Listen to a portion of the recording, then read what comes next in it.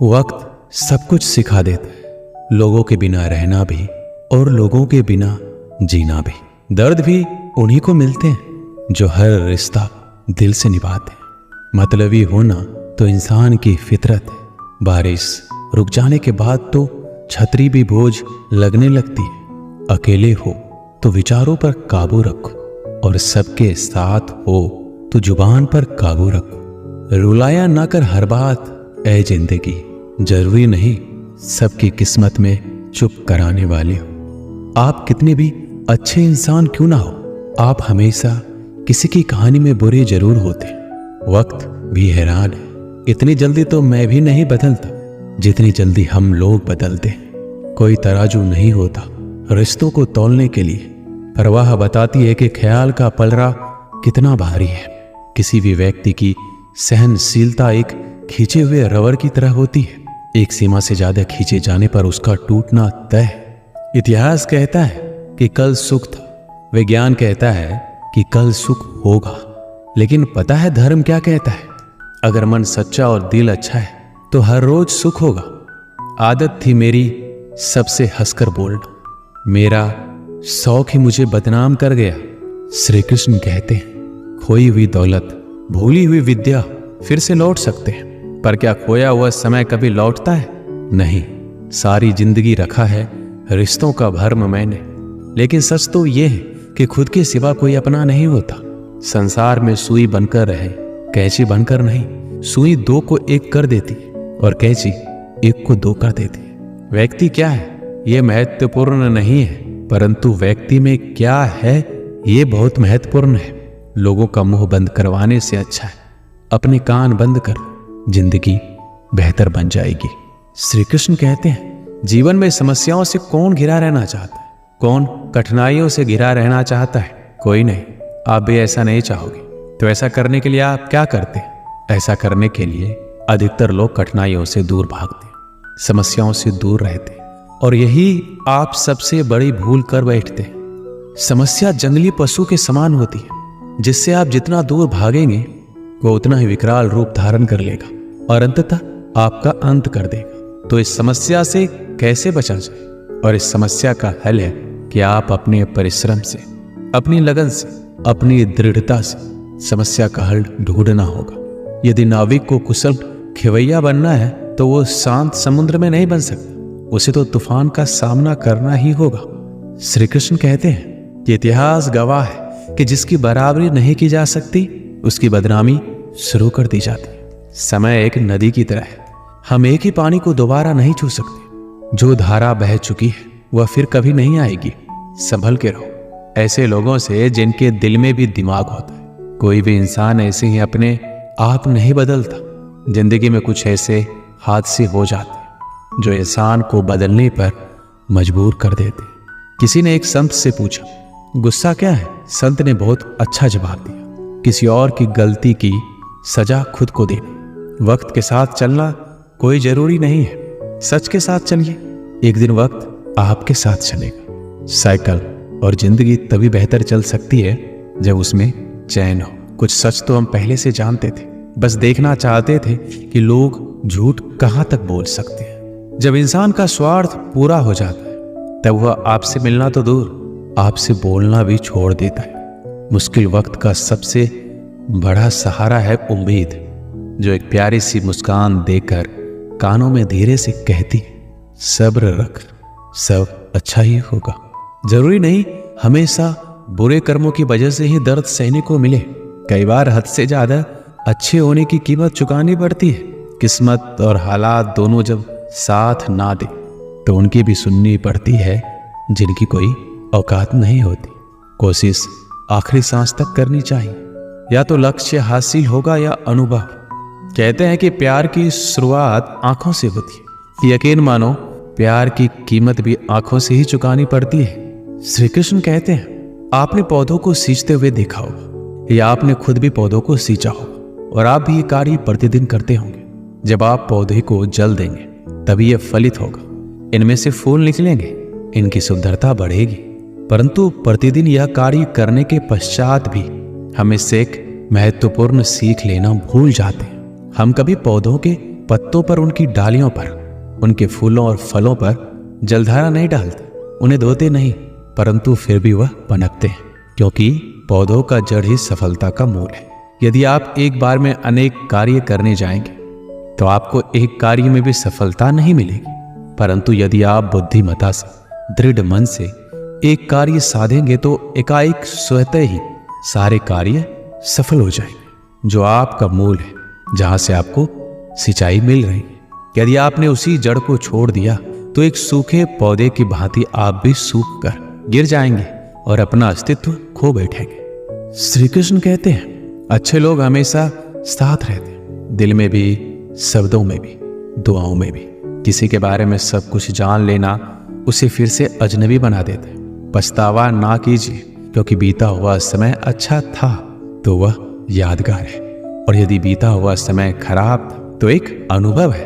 परिस्थितियां हमारे लिए समस्या नहीं बनती, समस्या तो तब बनती है जब हमें परिस्थितियों से निपटना नहीं आता है। पता नहीं लोग दूसरों को उदास करके खुद कैसे खुश रह लेते। रिश्ता चाहे कितना भी क्यों ना बिगड़ा है, अगर सुधारना चाहो तो सब कुछ सही हो सकता है।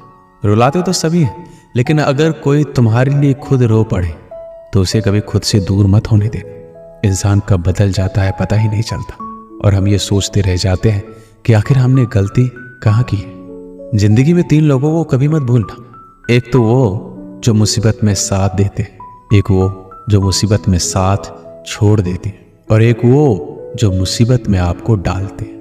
जब लोग आपकी बुराई करें तो बिल्कुल परेशान ना हो, वास्तव में वो लोग आपको महत्व देने का कोई रास्ता जानते ही नहीं। श्री कृष्ण कहते हैं, जीवन में सभी केवल सफल होना चाहते, केवल विजय चाहते, कोई भी पराजित नहीं होना चाहता, कोई भी असफल नहीं होना चाहता, कोई भी नहीं चाहता कि उसके प्रयास व्यर्थ जाए। यदि एक दृष्टिकोण से देखा जाए तो ये उचित भी है, परंतु असफलता में भी एक अच्छी बात छुपी होती है। मैं बताता, सफलता आपका परिचय संसार को देती है, विजय के पश्चात संसार आपको जानने लगता है, और असफलता आपका परिचय संसार से करवाती है। पराजय के पश्चात आप अपने जीवन को जानने लगते हैं। इसलिए सफलता और असफलता से घबराए नहीं। यदि आपकी सोच सकारात्मक रहेगी तो यही सफलता, यही पराजय आपको और अधिक शक्तिशाली बनाकर प्रस्तुत करेगी और जीवन में विजयी बनाएगी।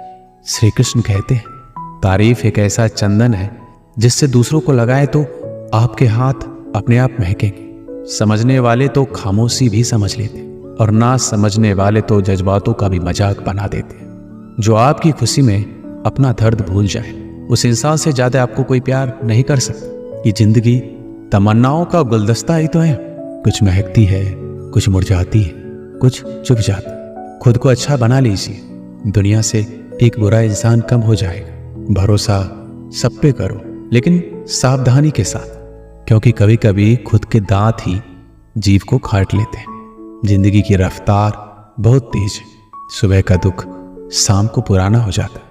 कोई भी व्यक्ति इस संसार में हमारा दोस्त या दुश्मन बनकर नहीं आता है। हमारा व्यवहार ही लोगों को दोस्त और दुश्मन बनाता है।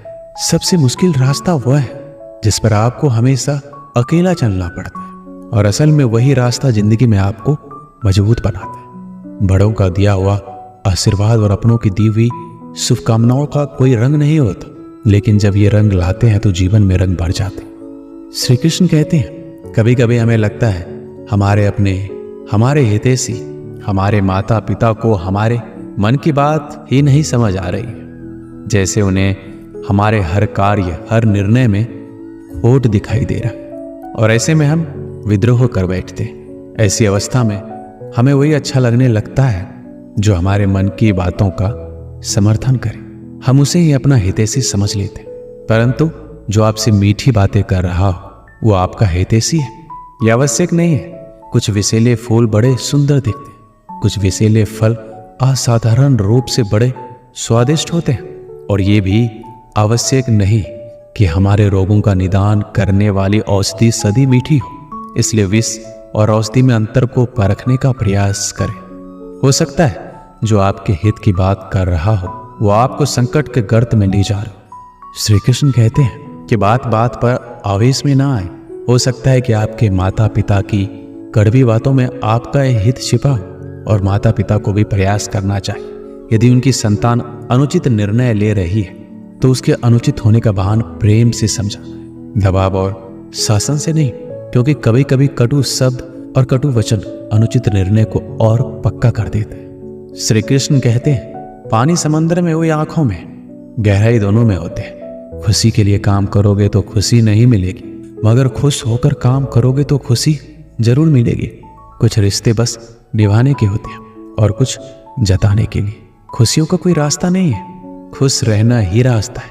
अपना वजूद ऐसे बनाओ कि कोई आपको छोड़े तो आपको कभी भुला ना सके। हमारी समस्या का समाधान केवल हमारे पास है, दूसरों के पास क्या है?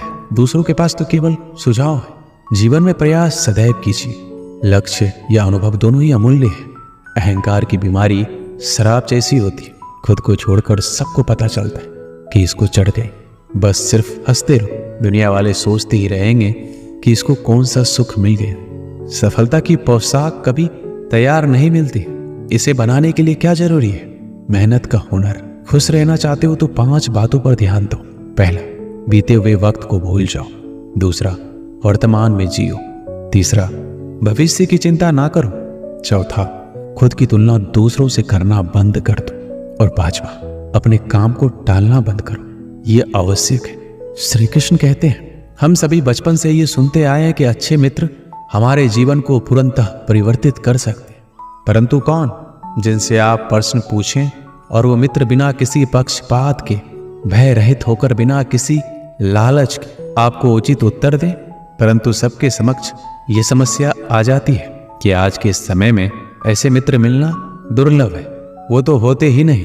परंतु आपको मैं एक बात बता दूं, हम सबके पास भी एक ऐसा मित्र होता है, बस हम उसे पहचान ही नहीं पाते। वो है दर्पण। दर्पण के समक्ष खड़े होकर आप स्वयं से पूछिए कि यदि आज आपका अंतिम दिन होता तो क्या आप वही करते जो आप कर रहे थे? आपको उत्तर मिले या ना मिले, परंतु आपकी दिशा अवश्य बदले। इसलिए आपसे अतिरिक्त आपका सबसे घनिष्ठ मित्र, सबसे अच्छा मित्र कोई नहीं है। श्री कृष्ण कहते हैं, सब कुछ सहन करना भी चाहिए, क्योंकि हम में भी ऐसी बहुत सी कमियां हैं जिन्हें दूसरे सहन करते हैं। अज्ञानी व्यक्ति गलती छुपाकर बड़ा बनता है और ज्ञानी व्यक्ति गलती मिटाकर बड़ा बनता है। ये मौत भी बड़ी अजीब चीज है। एक दिन मरने के लिए पूरी जिंदगी जीना पड़ता है।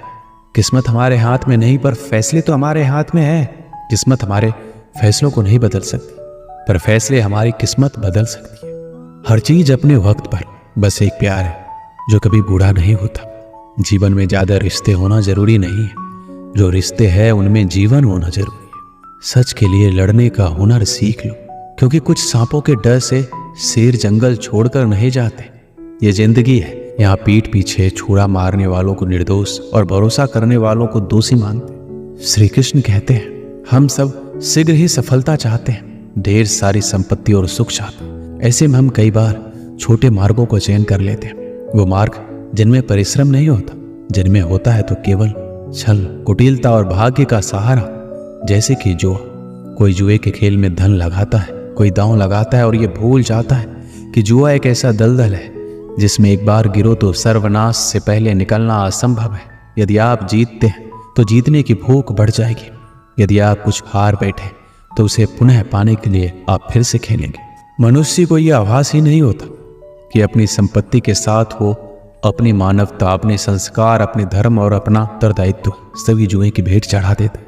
इसलिए कुछ पाना है तो परिश्रम से पाओ। अगर कुछ जुए में जीता भी तो वो उतना ही शीघ्र खो दोगे, क्योंकि उसे परिश्रम से नहीं पाया गया और उसकी रक्षा करने के लिए आपके मन में स्वाभाविक प्रयास भी नहीं होंगे। एक गांव में एक आलसी आदमी रहता था। वह कुछ काम धाम नहीं करता था, बस दिन भर निठल्ला बैठकर सोचता रहता कि किस तरह कुछ खाने को मिल जाए। एक दिन वह यूं ही घूमते घूमते आम के एक बाग में पहुंच गया। वहां रसीले आमों से लदे कई पेड़ थे। रसीले आम देख उसके मुंह में पानी आ गया और आम तोड़ने वह एक पेड़ पर चढ़ गया। लेकिन जैसे ही वह पेड़ पर चढ़ा, बाग का मालिक वहां पहुंचा। बाग के मालिक को देख आलसी आदमी डर गया और जैसे तैसे पेड़ से उतरकर वहां से भाग खड़ा। भागते भागते वह गांव के बाहर स्थित जंगल में जा पहुंचा। वह बुरी तरह से थक गया था, इसलिए एक पेड़ के नीचे बैठकर सुस्ताने लगा। तभी उसकी नजर एक लोमड़ी पर पड़ी। उस लोमड़ी की एक टांग टूटी हुई थी और वह लंगड़ा कर चल रही थी। लोमड़ी को देख आलसी आदमी सोचने लगा कि ऐसी हालत में भी इस जंगली जानवरों से भरे जंगल में लोमड़ी कैसे बच गई, इसका अब तक शिकार कैसे नहीं हुआ। जिज्ञासा में वह एक पेड़ पर चढ़ गया और वहां बैठकर देखने लगा कि अब लोमड़ी के साथ क्या होगा। कुछ ही पल बीते थे कि पूरा जंगल शेर की दहाड़ से गूंज उठा, जिसे सुनकर सारे जानवर डरकर भागने लगे। लेकिन लोमड़ी अपनी टूटी टांग के साथ भाग नहीं सकती थी, वह वहीं खड़ी रही। शेर लोमड़ी के पास आने लगा। आलसी आदमी ने सोचा कि अब शेर लोमड़ी को मारकर खा जाएगा, लेकिन आगे जो हुआ वह कुछ अजीब था। शेर लोमड़ी के पास पहुंचकर खड़ा हो गया। उसके मुंह में एक मांस का टुकड़ा था, जिसे उसने लोमड़ी के सामने गिरा दिया। लोमड़ी उस मांस के टुकड़े को खाने लगी। थोड़ी देर बाद शेर वहां से चला गया। यह घटना देखकर आलसी आदमी सोचने लगा कि भगवान सच में सर्वसर्वा है।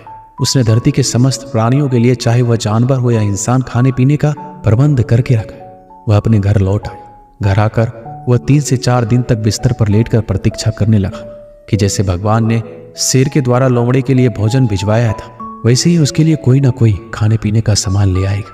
लेकिन ऐसा कुछ नहीं हुआ। भूख से उसके हालात खराब होने लगे। आखिरकार उसे घर से बाहर निकलना ही पड़ा। घर के बाहर उसे एक पेड़ के नीचे बैठे हुए बाबा दिखाई पड़े। वह उनके पास गया और जंगल का सारा वृत्तांत सुनाते हुए बोला, बाबा जी, भगवान मेरे साथ ऐसा क्यों कर रहे हैं? उनके पास जानवरों के लिए भोजन का प्रबंध है, लेकिन इंसानों के लिए क्यों नहीं? बाबा जी ने उत्तर दिया, बेटा, इससे बात नहीं है। भगवान के पास सारे प्रबंध है, दूसरों की तरह तुम्हारे लिए भी। लेकिन बात यह है, वो तुम्हें लोमड़ी नहीं, शेर बनाना चाहते हैं। दोस्तों, इस कहानी से हमें यही सीख मिलती कि हम सब के भीतर क्षमताओं का असीम भंडार है। बस अपनी अज्ञानतावश हम उन्हें पहचान नहीं पाते और स्वयं को कामचोर समझकर दूसरों की सहायता की प्रतीक्षा करते रहते। स्वयं की क्षमता पहचानिए, दूसरों की सहायता की प्रतीक्षा मत कीजिए। इतने सक्षम बनिए कि आप दूसरों की सहायता कर सकें। दोस्तों, इस वीडियो में बस इतना ही। मिलते हैं अगले वीडियो में। अपना ख्याल रखिएगा। जय श्री कृष्ण।